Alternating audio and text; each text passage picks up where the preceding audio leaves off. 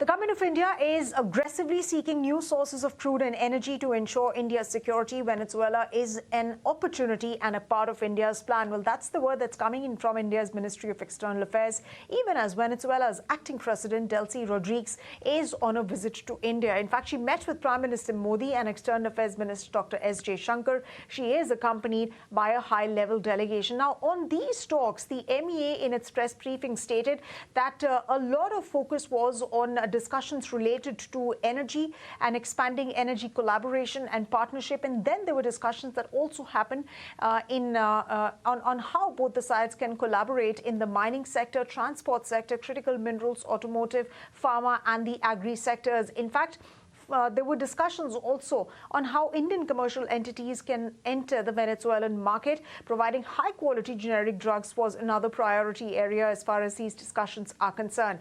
In fact, we're also given to understand by the Ministry of External Affairs that there was a frank conversation which happened on both the sides on political transition that's happening in Venezuela. Now, as far as the country is concerned and India's energy security needs are concerned, remember this is happening at a very interesting and a critical time when energy supplies across the world have been disrupted due to the disruption that's been caused in the Strait of Hormuz. In India is the world's third largest oil importer. In fact, it imports nearly 90% of its oil, and Venezuela in the recent past has emerged as India's fifth largest source of crude.